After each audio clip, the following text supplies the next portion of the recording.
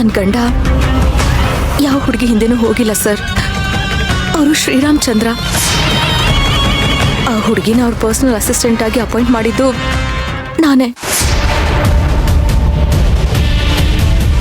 ಆ ಹುಡುಗಿನ ಅವ್ರ ಜೊತೆ ಇರೋ ಹಾಗೆ ಮಾಡಿದ್ದು, ಅವರಿಬ್ಬರನ್ನು ಒಟ್ಟಿಗೆ ಕಳಿಸಿದ್ದು ನಾನೇ. ಒಂದೇ ರೂಮಲ್ಲಿ ಇರೋ ಥರ ಸಿಚುವೇಶನ್ನ ಕ್ರಿಯೇಟ್ ಮಾಡಿದ್ದು ನಾನೇ. ಹೆಂಡತಿ ಆದವಳು ಗಂಡನ ಮರ್ಯಾದೆನ ಉಳಿಸ್ಬೇಕು, ಅದು ಬಿಟ್ಟು ಹೀಗೆ ಮಾಡ್ದಿಲ್ಲ ನೀನು. ಅವ್ರ ಜೀವನ ಸರಿ ಹೋಗ್ಬೇಕು ಅಂದ್ರೆ ನಾನು ಅವ್ರನ್ನ ಬಿಟ್ಟು ಹೋಗ್ಬೇಕು ಸರ್. ಅವ್ರು ನನ್ನನ್ನು ಬಿಟ್ಟು ಹೋಗ್ಬೇಕು ಅಂತಂದ್ರೆ ನಾನು ಹೀಗೆ ಮಾಡಲೇಬೇಕು. ಅವನು ಯಾಕೆ ನಿನ್ನನ್ನು ಬಿಟ್ಟು ಹೋಗ್ಬೇಕು? ನನಗೆ ಮಕ್ಕಳಾಗಲ್ಲ ಸರ್. ನನಗಂತೂ ನನ್ನ ಮಗುನ ಎತ್ತಾಡೋ ಋಣ ಇಲ್ಲ. ಹಾಗಂತ ಅವರು ಕೂಡ ಮಕ್ಕಳಿಲ್ದೆ ಸಾಯ್ಬೇಕಾ ಸರ್? ಅದಕ್ಕೆ ಅವ್ರಿಗೆ ನನ್ನ ಮದುವೆ ಮಾಡ್ಸೋಣ ಅಂತ ಅನಿಸ್ತು.